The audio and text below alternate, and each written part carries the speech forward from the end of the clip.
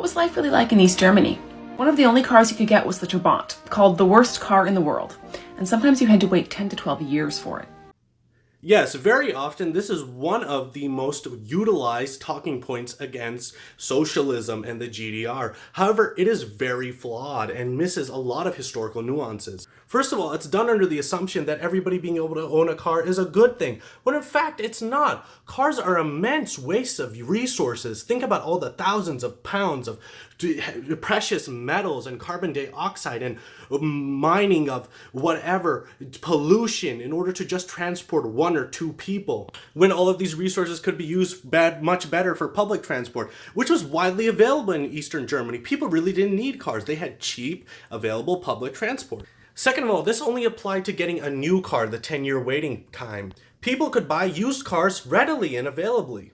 Thirdly, the government subsidized the new cars, so there was 25% taken off of the price. And fourthly, what a lot of people did was they just pre-ordered the car 10 years ahead in a child's lifetime. So if a kid was 10 years away from the driving age, they would pre-order the car, and then when the kid got to a driving age, he would get his new car. And ultimately, if humans are to survive and not avoid an eco-collapse, we are going to have to much reduce our consumption, and not be everybody being able to own a car and using public transport is one of those ways. I'm sorry, it sucks, but it's the truth.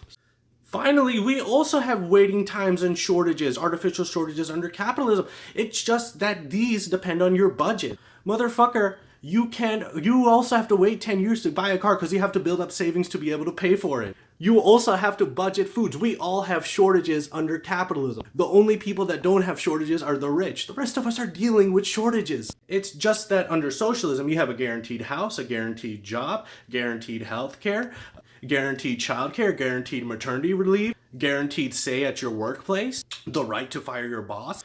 Lower rates of crime, almost non-existent crime because everybody had a job and a house and their basic necessities provided. Wow, when you provide people, these people don't do crime. Maybe crime isn't based on racial phenotypes, but instead on necessity, poverty, whatever. No housing discrimination, so there was no poor side or rich side. Everybody lived together. Janitors, teachers, small business owners. Women had better sex. In East Germany, they had higher rates of orgasms. Under capitalism, you have none of those things and you're still poor as shit, and you still have to wait a long ass time to get stuff because you're too poor to afford shit.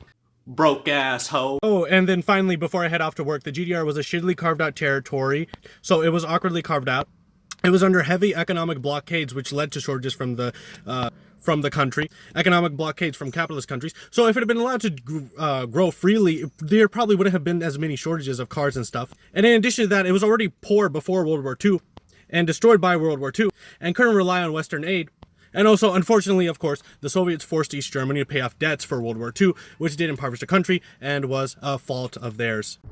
And the Soviets wanted to reunite the territory, and they proposed multiple times that let's unify Germany, but the West didn't want to do that because of NATO, and they wanted to enact the Cold War. So it's not our fault. Shut the fuck up. Dumb. Gotta go to work. Bye.